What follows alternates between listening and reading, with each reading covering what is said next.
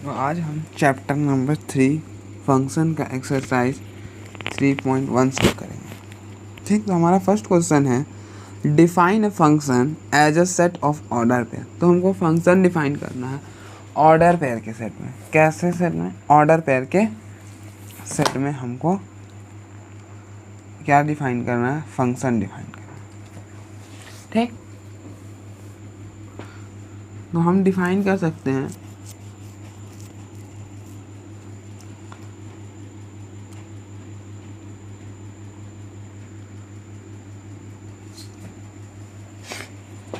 let a and b be two non-empty set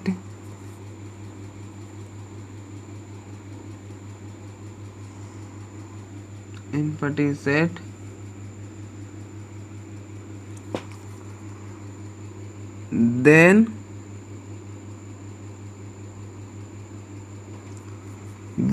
it is said to be function if order pairs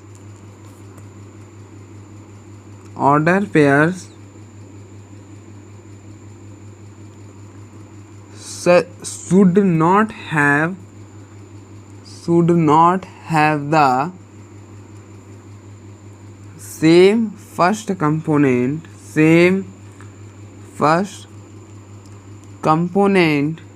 and different second component।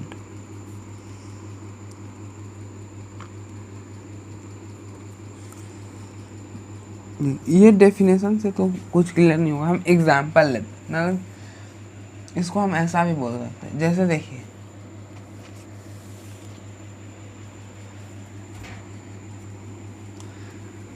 अगर कोई function a to b defined है, ठीक, अगर इस function में मान लो कि कोई ऑर्डर पेयर ए बी है इस फंक्शन में, ठीक, और ए सी भी है इस फंक्शन में, इसी फंक्शन में ए बी भी है और ए सी भी है, तो इसको तभी हम फंक्शन कहेंगे। यहाँ लिखा हुआ है let A B to non-empty set. अगर ए से बी तक कोई फंक्शन है, it is said to be a function if order pair should not have the same first component and different second. मतलब देखिए, अगर फर्स्ट कंपोनेंट सेम है तो डिफरेंट सेकंड कंपोनेंट नहीं हो सकता, मतलब ए इक्वल टू बी ही होगा। मतलब ये क्या इंप्लाइज करेगा कि बी इक्वल टू सी है, ठीक। और अगर बी और सी बराबर हैं, अगर जैसे मान लीजिए ऐसा है कि A B belongs to F है और C D belongs to F है, और ये दोनों एफ में है, मतलब बी और डी जो हैं वो बराबर हैं, ऐसा गिवन है। मान लीजिए ये गिवन है, तो ए और सी भी क्या हो जाएंगे? बराबर हो जाएगा। क्या हो जाएगा? बराबर हो जाएगा फंक्शन में। जैसे फंक्शन में होने के लिए हमने क्या बोला था कि अच्छा, इस डिफिनेशन को समझने का तो यही तरीका है, लेकिन अगर आप ऐसे भी समझ सकते हैं। जैसे देखिए, हमने क्या फंक्शन का डिफिनेशन पढ़ा था कि मतलब जैसे मान लीजिए ये कोई सेट ए है और ये कोई सेट बी है, तो ए के सारे एलिमेंट्स का इमेज कहाँ बनना चाहिए? बी में बनना चाहिए। सारे एलिमेंट्स का इमेज बी में बनना चाहिए, और क्या बनना चाहिए? यूनिक इमेज बनना चाहिए। देखिए, अगर ए और बी, देखिए ये बी और ये ए का सी, ये क्या दिखा रहा है कि ए का इमेज बी है और ए का इमेज सी है, तो हम इसको फंक्शन तो कह नहीं सकते ना, क्योंकि ए के दो इमेजेस बन रहे हैं। हमने क्या पढ़ा था कि ए का मतलब कोई भी एलिमेंट्स का यूनिक इमेज बनना चाहिए, लेकिन यहाँ पे दो इमेज बन रहे हैं, तो इसलिए ये फंक्शन नहीं होगा। और फंक्शन होने के लिए क्या होना होगा? ये दोनों को इक्वल होना होगा, तो हमारा यूनिक इमेज हो जाएगा। जैसे 1 की इमेज 2 है, अगर मान लीजिए ए 1 है, बी 2 है, तो सी भी क्या होना होगा? 2 होना होगा फंक्शन होने के लिए, क्योंकि इमेज क्या है? 1 की इमेज 2 है। और हम फंक्शन में पढ़ चुके हैं कि हमारा जो इमेज होता है वो यूनिक इमेज होता है। तो इसमें इतना ही, तो ज़्यादा कुछ नहीं। Define a function as a correspondence between two set. तो यहाँ पे हम ये वाला डेफिनेशन मेंशन नहीं करेंगे, जो हमने पढ़ा है वो वाला डेफिनेशन यहाँ पे मेंशन करेंगे। तो हमने क्या पढ़ा था,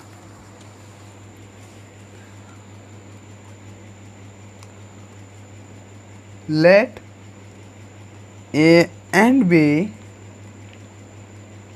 B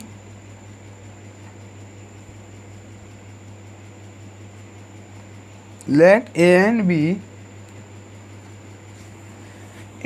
B be two sets, two non-empty set,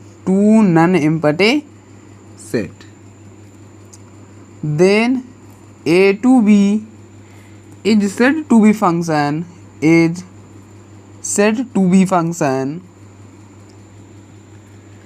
if every element of A has unique image in B, has a unique image in B। तो ये चीज़ हमने आपको पहले भी समझा रखा है, इसलिए यहाँ पे तो नहीं समझाने वाला, फिर भी थोड़ा सा। जैसे एग्जांपल लीजिए, जैसे मान लीजिए ये ए सेट है, ये सेट बी है, तो 1 2 3, यहाँ पे मान लीजिए 2 3। देखिए 1 की इमेज 2, 2 की इमेज 3। अब देखिए अभी तक ये क्या है, देखिए अभी तक ये फंक्शन नहीं है। क्यों फंक्शन नहीं है? क्योंकि हमने क्या बोला कि ए के सारे एलिमेंट्स का यूनिक इमेज होना चाहिए बी का, मतलब इस ए के सारे एलिमेंट्स का इमेज कहाँ बनना चाहिए, बी में बनना चाहिए। लेकिन देखिए 3 का इमेज तो बी में नहीं बन रहा, 3 का इमेज नहीं बन रहा, तो ये जो होगा ये फंक्शन नहीं होगा। लेकिन अगर हम मान लीजिए 3 की इमेज ऐसा बना देते, 3 का इमेज 2 के साथ बना देते हैं, तो ये फंक्शन हो जाएगा। क्यों हो जाएगा फंक्शन? क्योंकि देखिए ए के सारे एलिमेंट्स का इमेज तो बन रहा और साथ में यूनिक इमेज बन रहा। देखिए 1 का इमेज 2, 1 का एक ही इमेज है जो कि 2 है। देखिए 2 का इमेज क्या है 3, तो ये भी क्या हुआ यूनिक है, 2 का एक ही इमेज है 3 का भी एक इमेज है 2, तो ये फंक्शन हो जाएगा। अब जैसे 3 का इमेज 3 भी हो जाता ना तो ये फंक्शन नहीं होता, क्योंकि 3 का एक इमेज 2 था और 3 का एक और इमेज 3 हो जाता, तो यहाँ पे यूनिक इमेज नहीं रहता, 2 इमेजेज हो जाते 3 के, तो ये फंक्शन नहीं हो जाता। ठीक,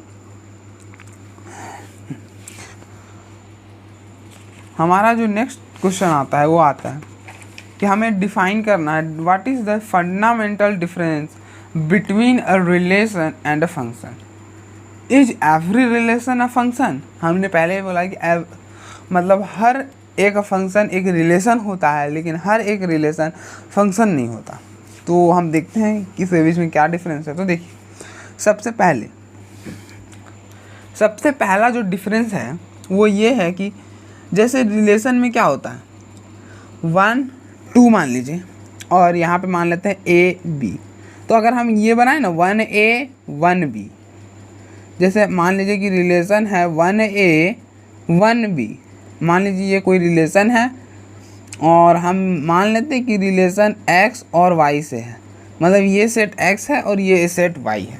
ठीक, तो हम अगर रिलेशन लिखेंगे 1A 1A 1B, देखिए ये सबसेट है ना A क्रॉस B का, ये सबसेट है A क्रॉस B का, तो ये रिलेशन हो जाएगा। ठीक, तो ये रिलेशन है। तो देखिए रिलेशन में हमें ज़रूरी नहीं है कि हम इन दोनों का ही इमेज बनाएं, मतलब इन दोनों का इमेज बने ऐसा ज़रूरी नहीं है। और फंक्शन में क्या था, ये फंक्शन नहीं होगा। क्यों फंक्शन नहीं होगा?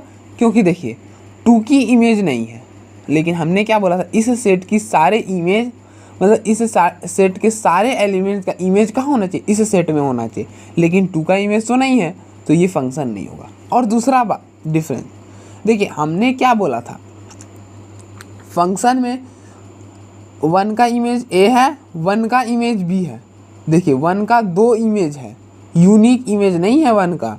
और हमने फंक्शन में क्या कहा था कि 1 मतलब x के एवरी एलिमेंट, मतलब जितने भी एलिमेंट है x का, उनका यूनिक इमेज होगा। क्या होगा? यूनिक इमेज होगा इस सेट में। तो देखिए यहाँ पे 1 का यूनिक इमेज नहीं है रिलेशन होने के लिए। तो ये भी डिफरेंस हो जाएगा। तो हम इसी चीज़ को लिखेंगे, लिख देते हैं the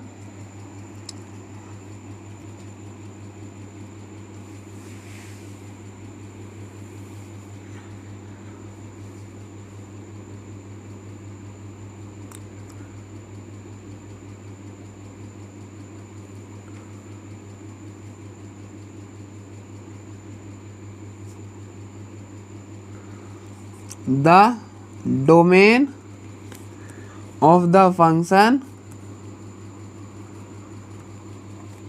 f must be equal to x। देखिए मैंने क्या है इसलिए कि जैसे अगर हम बोले ये वाला सेट क्या होता है, डोमेन होता है फंक्शन में, ये वाला सेट डोमेन हो जाता है। तो यहाँ पे डोमेन होना क्या होगा, x के इक्वल ही होगा हमेशा। जैसे अगर हम यहाँ 1 2 3 ले तो डोमेन भी 1 2 3 आएगा। लेकिन रिलेशन में ऐसा जरूर है, रिलेशन में डोमेन क्या होता है, फर्स्ट कंपोनेंट, तो इसका डोमेन 1 हो जाएगा। तो देखिए ये x का सबसेट बन रहा है रिलेशन में, लेकिन फंक्शन में क्या होना चाहिए, x के इक्वल होना चाहिए। ठीक, तो इसे लिखते हैं this is because each of element of the domain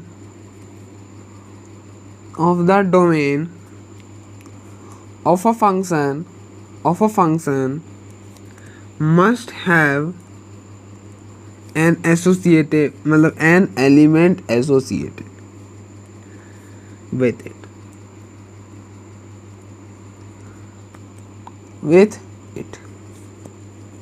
whereas ये हमारा फर्स्ट पॉइंट था, whereas this is not necessary in a relation, not necessary for a relation। देखिए इसका मीनिंग क्या हुआ, ये जो पॉइंट 1 कह रहा, ये कह रहा कि जैसे मतलब x के जितने भी एलिमेंट हैं रिलेशन में, उस हर एलिमेंट का इमेज बनना ज़रूरी नहीं, लेकिन फंक्शन में ऐसा ज़रूरी है। फंक्शन होने के लिए 1 का भी इमेज होना चाहिए और 2 का भी इमेज होना चाहिए। मतलब x के जितने भी एलिमेंट्स हैं उन सभी का इमेज y में होना चाहिए, ये कह रहा। ठीक, लेकिन जबकि रिलेशन में ऐसा ज़रूरी नहीं है। सेकेंड पॉइंट ये कहता है कि सेकेंड पॉइंट है in relation one element of x might be associated with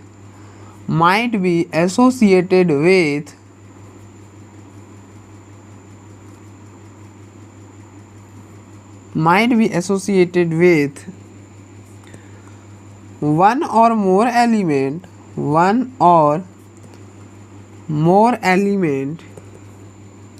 of y while it must be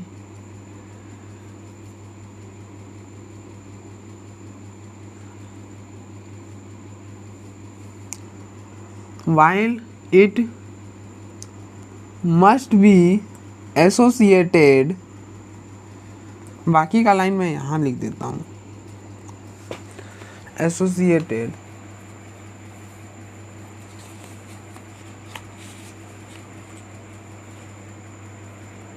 मैं यहाँ पे लिख रहा हूँ associated with only one element of y in a function। ठीक, तो देखिए ये लाइन क्या बोल रहा है, ये लाइन ये बोल रहा है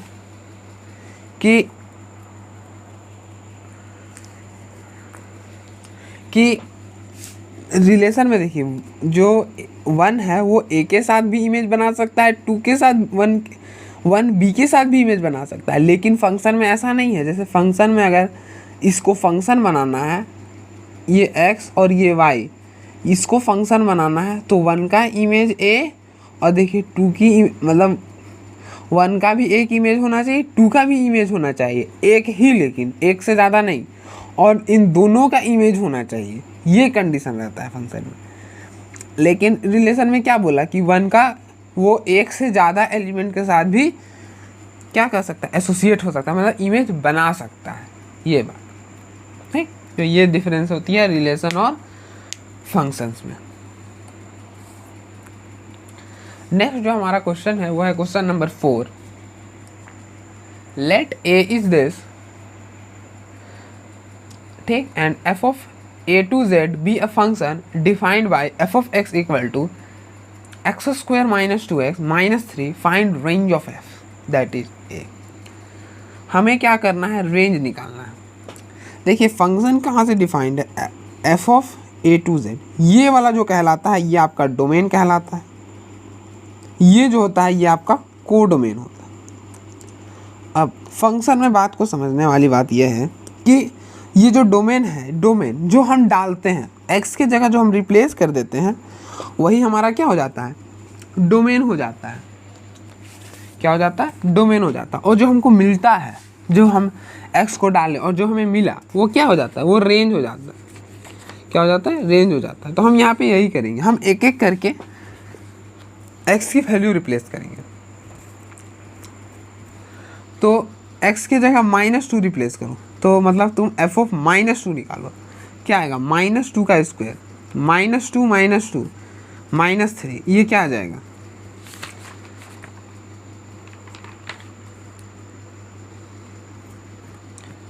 4 + 4 - 3, ये आ गया 5। तो देखिए -2 डाले 5 मिला, ये जो मिला ये क्या हो गया, रेंज हो गया, और जो आपने डाला x की जगह वो आपका डोमेन, ठीक। अब x के जगह -1 रिप्लेस करो, तो f ऑफ -1 क्या आएगा, -1 का स्क्वायर, -2 -1 -3, ये हो गया 1 + 2 -3, ये आपको 0 मिलेगा।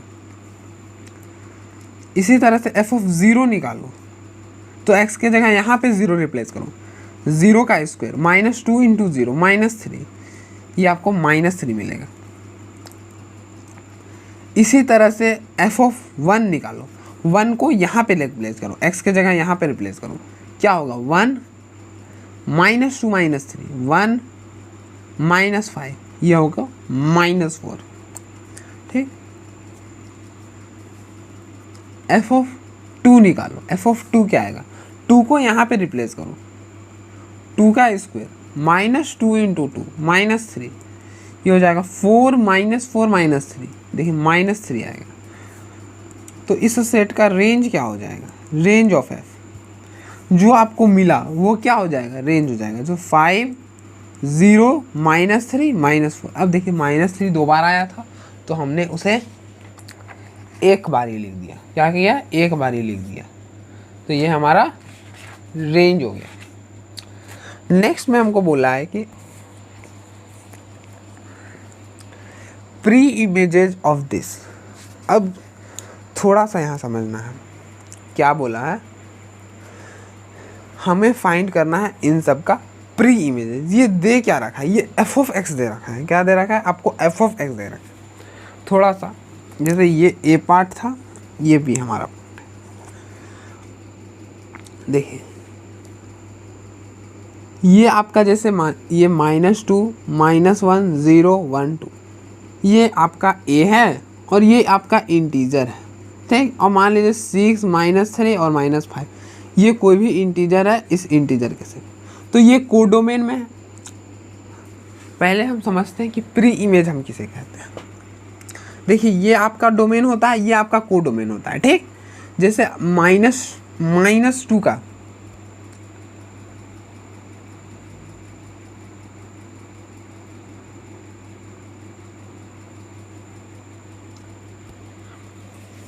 जैसे -2 का इमेज क्या बना, 5 बना, -1 का इमेज क्या बना, 0 बना।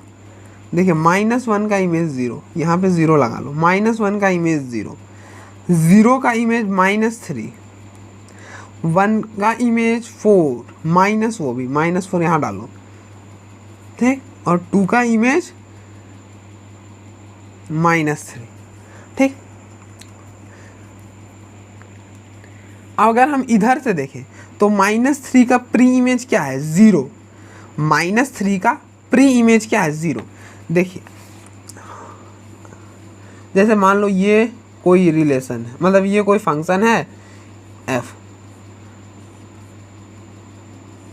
ठीक, मान लो ये कोई फंक्शन है, तो हम क्या बोल रहे हैं, अगर हम इधर से देखें, अगर हम इस साइड से देखें तो ये क्या बनता है, अगर हम एरो यहाँ पे लगा दें ऐसे, तो अगर हम एरो इधर से देखें तो ये इमेज बनता है, 1 का इमेज a है, हम ऐसा बोलेंगे, 2 का इमेज a है। ठीक, अब हम बोलेंगे a का प्री इमेज 1 है, क्या है, a का प्री इमेज 1 है, 2 का प्री, a का और एक प्री इमेज क्या है, 2 है।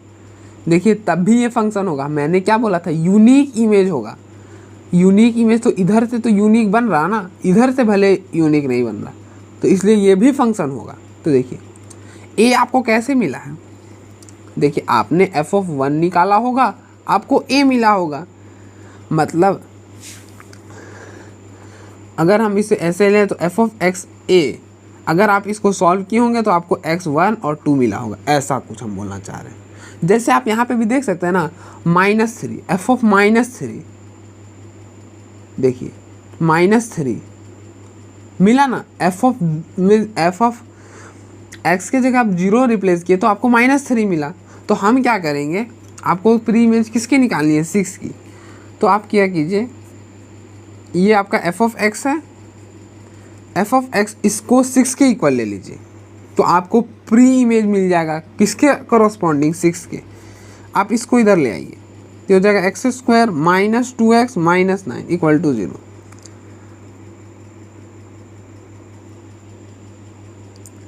ठीक, देखिए इसका मिडिल टर्म स्प्लिट नहीं होगा, तो हम यहाँ पे क्वाड्रेटिक फार्मूला लगेंगे। देखिए क्वाड्रेटिक फार्मूला क्या होता है, ax² + bx + c = अगर 0 रहे तो इसका क्वाड्रेटिक फार्मूला होता है -b ± √(b² - 4ac) / 2a, ये होता है। तो देखो यहाँ पे a क्या है, 1 है, b क्या है, b -2 है, और c -9 है, ये है।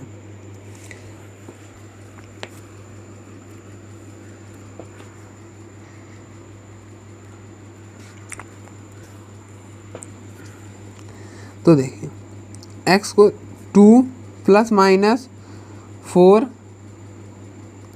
देखिए 4 1 9 -36 + 36 / 2। तो यहाँ से x क्या मिलेगा, 2 ± √40 / 2। तो देखो ये क्या हो जाएगा, 2 ± 2 √10 / 2।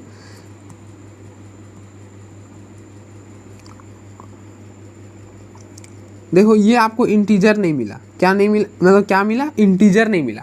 तो जो z था, जो आपका कोडोमेन था, वो तो इंटीजर था, और आपको मिला है क्या, रेशनल नंबर मिला है, मतलब इरेशनल नंबर मिला है। मतलब जो भी मिला है आपको पॉइंट में मिला है, इंटीजर नहीं है। रेशनल मिला है लेकिन पॉइंट में है, इंटीजर नहीं है, तो इस सेट में बिलोंग नहीं करेगा ये।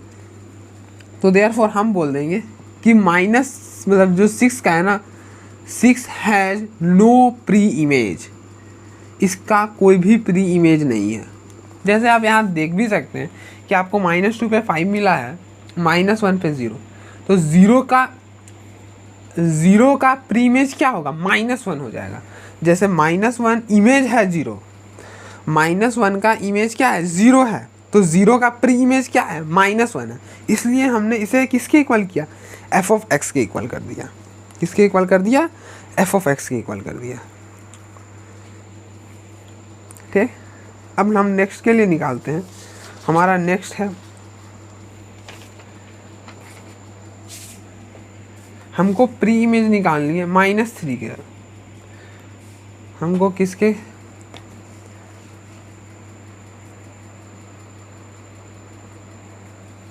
किसके लिए इमेज निकालनी है, -3 के लिए प्री इमेज। तो आप f(x) क्या करो, -3 के इक्वल कर लो, तो हो जाएगा x² प्री इमेज ऑफ -3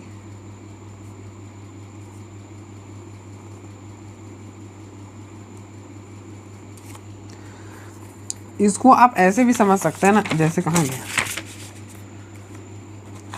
देखिए आप इस सेट के एलिमेंट रिप्लेस करते हैं x के जगह और आपको जो मिलता है वो आप उधर मैपिंग करते हैं। ठीक, तो अगर हमको इधर का एलिमेंट्स का चेक करना है कि ये किसके साथ इमेज बना रहा, तो हम सीधा सीधी इसको एफ ऑफ एक्स की इक्वल कर लेंगे, क्योंकि यहाँ रिप्लेस करेंगे वो कुछ वैल्यू में देगा, जो भी वैल्यू देगा, मतलब जैसे एफ ऑफ एक्स है इसके इक्वल कुछ वैल्यू देगा, तो वही वैल्यू को हम इक्वल, मतलब मान लीजिए कि हम इसको इक्वल कर लेना एफ ऑफ एक्स, हम एफ ऑफ एक्स को -3 मान लेंगे, तो हमारा क्या होगा, x² - 2x - 3 = -3। ठीक, देखिए ये -3 cancel, x² - 2x = 0, x common करेंगे x - 2 आ जाएगा, तो x आपका 0 होगा और x - 2 0 होगा, तो x 0 होगा और x आपका 2 होगा। तो -3 का प्री इमेज क्या है, 0 और 2, -3 का प्री इमेज 0 और 2 है। आप देख भी सकते हैं, जैसे देखिए -3 का प्री इमेज 0 है और -3 का प्री इमेज 2 है। ठीक, अब नेक्स्ट हमको प्री इमेज निकालना है किसके करस्पॉन्डिंग, प्री इमेज ऑफ 5, तो इसको कैसा करेंगे, एफ ऑफ एक्स = 5 ऐसा लिख लेंगे।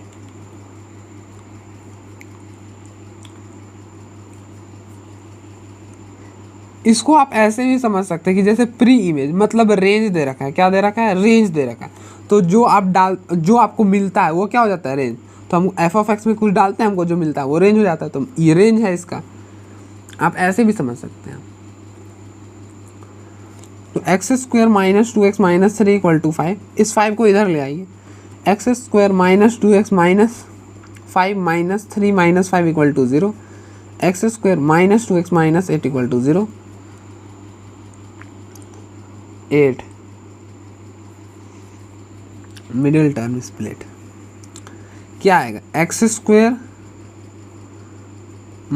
4 + 2x, तो x - 4, तो ये क्या हो जाएगा, x - 4 कॉमन करोगे, x + 2 = 0, तो x आपको 4 और -2 मिलेगा, क्या मिलेगा, 4 और -2।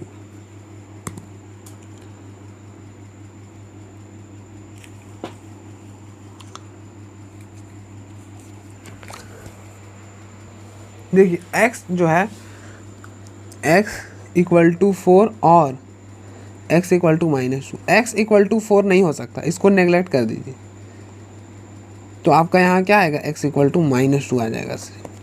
अब ऐसा क्यों, देखिए जो हमारा डोमेन था, डोमेन मतलब x, और जो हम डालने के बाद जो आता है वो क्या होता है, रेंज, रेंज मतलब y।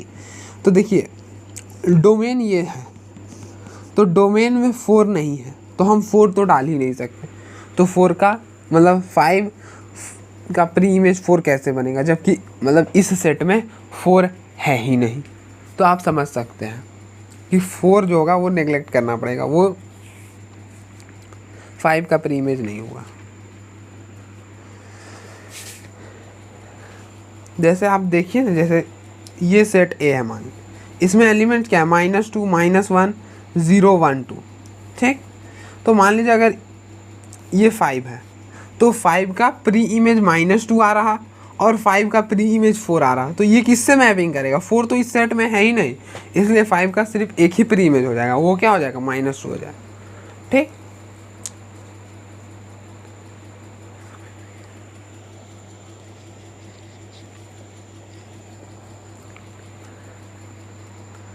नेक्स्ट है question number 5, if a function f R2R defined by f of x equal to this, f of x आपको ऐसा डिफाइन कर रखा है। ठीक, आपको बोला f of 1 निकालो, f of 1 क्या होगा, देखो 1 0 से बड़ा होता है, तो 0 से बड़ा होने पर एफ ऑफ एक्स ये हो जाता है, तो 1 को यहाँ पे रिप्लेस करो, ये हो जाएगा 4 + 1 दैट इज 5। एफ ऑफ -1, देखो F of -1 is less than 0, -1 छोटा है 0 से, तो -1 0 से छोटा होने पर एफ ऑफ एक्स ये होता है, तो -1 को यहाँ पे रिप्लेस कर दो, ये क्या हो जाएगा -3 - 2 -5।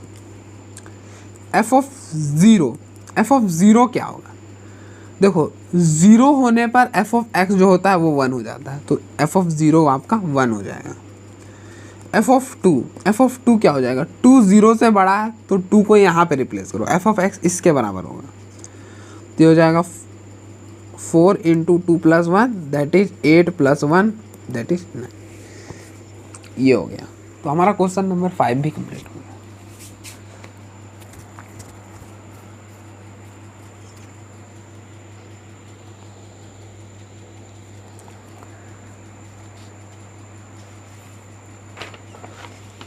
नेक्स्ट हमारा है क्वेश्चन नंबर 6।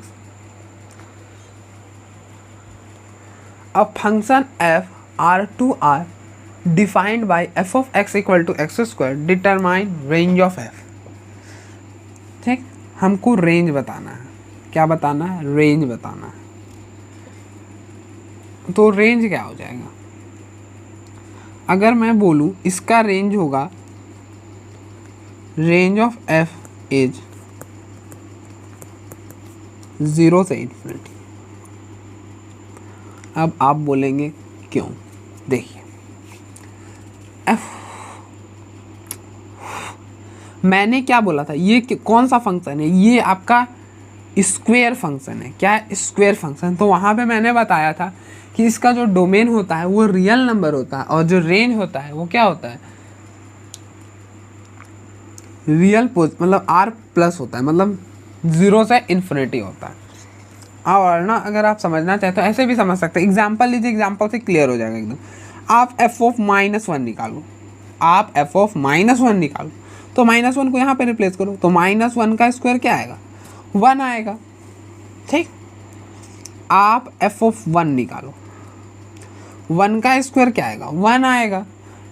आप f ऑफ 2 निकालो, 2 का स्क्वायर क्या आएगा, 4 आएगा। f ऑफ 0 निकालो, तो 0 का स्क्वायर क्या आएगा, 0 आएगा। f ऑफ -1/2 निकालो, तो -1/2 का स्क्वायर क्या आएगा, 1/4 आएगा। f ऑफ -1/4 निकालो, तो -1/4 का स्क्वायर क्या आएगा, 1/16 आएगा।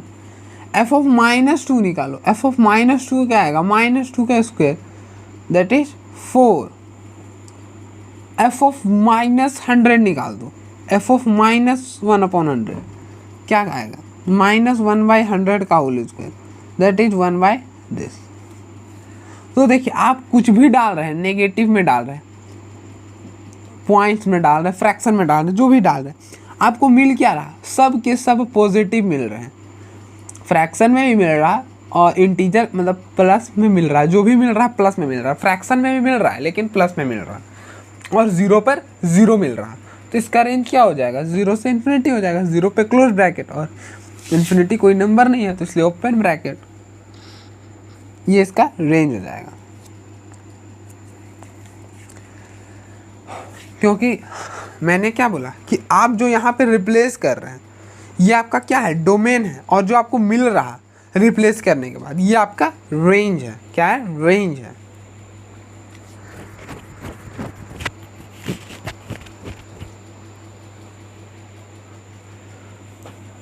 अब देखिए नेक्स्ट क्वेश्चन क्या है, नेक्स्ट पार्ट है f ऑफ x = 4। तो x² f ऑफ x = 4 दे रखा है, f ऑफ x 4 दे रखा है, तो मतलब x² = 4, तो इस 4 को इधर ले आओ, तो x² - 4 = 0, तो x क्या हो जाएगा, x - 2 x + 2।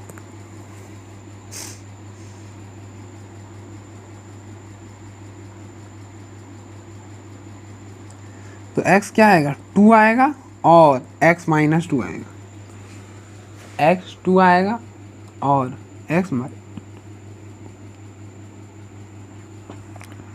ठीक। अब यहाँ पे पार्ट सी।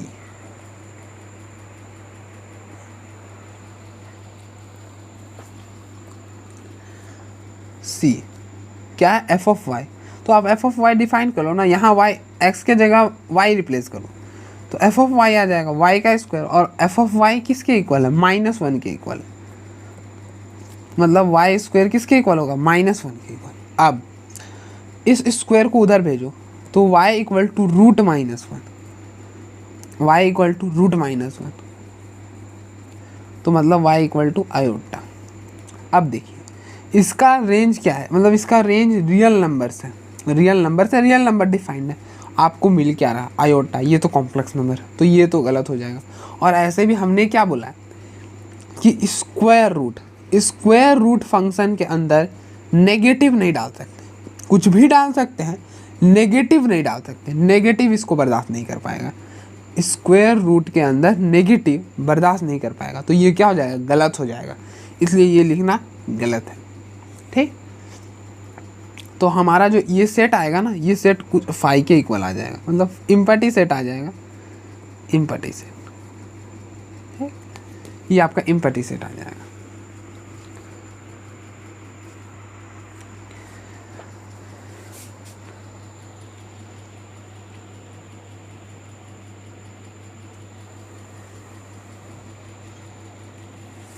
नेक्स्ट है क्वेश्चन नंबर 7।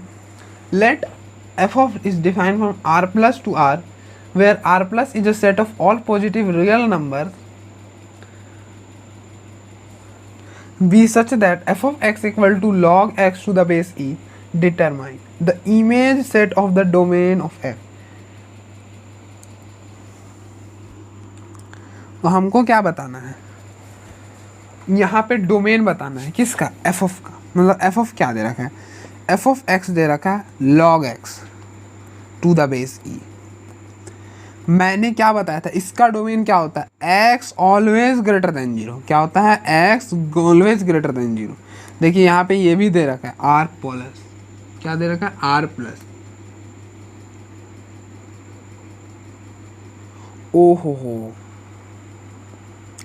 इसका डोमेन तो x ऑलवेज ग्रेटर देन 0 और e देखिए e 1 से तो बड़ा, ये a तो है नहीं यहाँ पे, इसलिए x ग्रेटर देन। और a में क्या पूछा, image set of the domain of f। Image set पूछा है,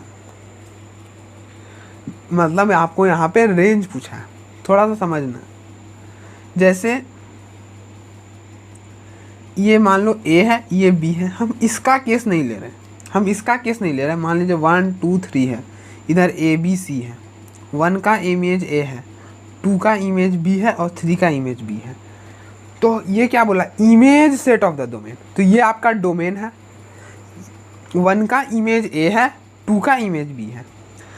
अगर हम इसको, तो हमको बोला इमेज सेट लिखो, तो इमेज सेट क्या आएगा, 1 का इमेज a, तो यहाँ पे एक इमेज a है और एक इमेज b है, तो इमेज सेट a b आ जाएगा, किसका, डोमेन का। ठीक, तो एक तरह से आपको रेंज पूछ रखा है, क्या पूछ रखा है, रेंज। देखिए जिसका प्री इमेज एग्जिस्ट करता हो, या फिर जिसका इमेज, मतलब जिसका प्री इमेज हो, देखिए a का प्री इमेज है, b का भी प्री इमेज है, तो a और b क्या हो जाता है, रेंज हो जाता है, क्या हो जाता है, रेंज हो जाता है। ठीक, तो रेंज हो जाता है। तो हमको यहाँ पे रेंज ही बताना है, क्या बताना, रेंज ही बताना।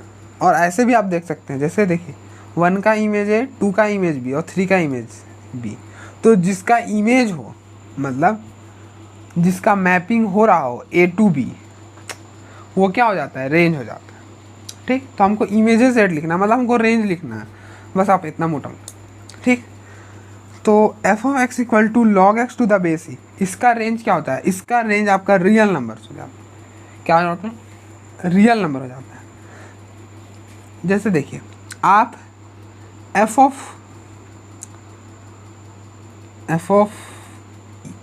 e की पावर -1 निकालिए। देखिए log e की power -1 to the base e, इस -1 को इधर ले आए तो log e to the base e, तो log a to the base a क्या होता है, 1 होता है, तो -1 × 1 -1।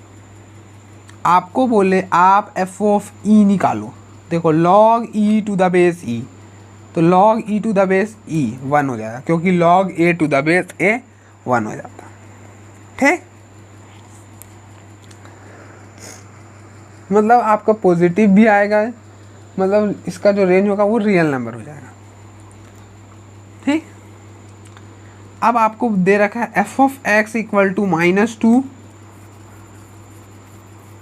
तो आपको बोला x निकालो, x निकालना, तो f ऑफ x क्या है, log x to the base e equal to log x to the base e equal to -2।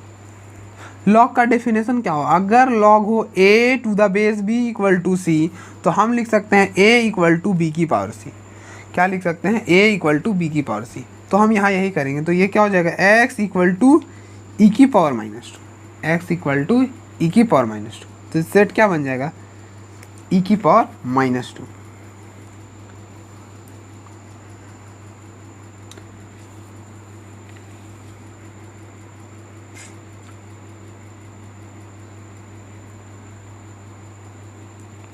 अब बोला है whether f of x equal to f of x plus f of y holds, क्या ये property hold करता है, तो check कर लेते हैं।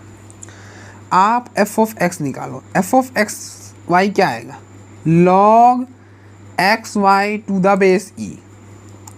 ठीक, अब देखिए अगर हमारे पास रहे, ये प्रॉपर्टी होती है log की, अगर रहे log m n to the base a, तो हम इसको क्या लिख सकते हैं, log m to the base a plus log n to the base a, हम ऐसा लिख सकते हैं। तो हम इनको ऐसा ही लिखेंगे, log x to the base e plus log y to the base e। ठीक, अब देखो ये क्या है, ये f ऑफ x है। अब x के जगह y रिप्लेस करो, तो f ऑफ y क्या आएगा, log y to the base e। देखो ये हो गया f ऑफ y, तो देयरफॉर इट होल्ड्स, ये होल्ड कर गया, तो ये भी आपका हो गया।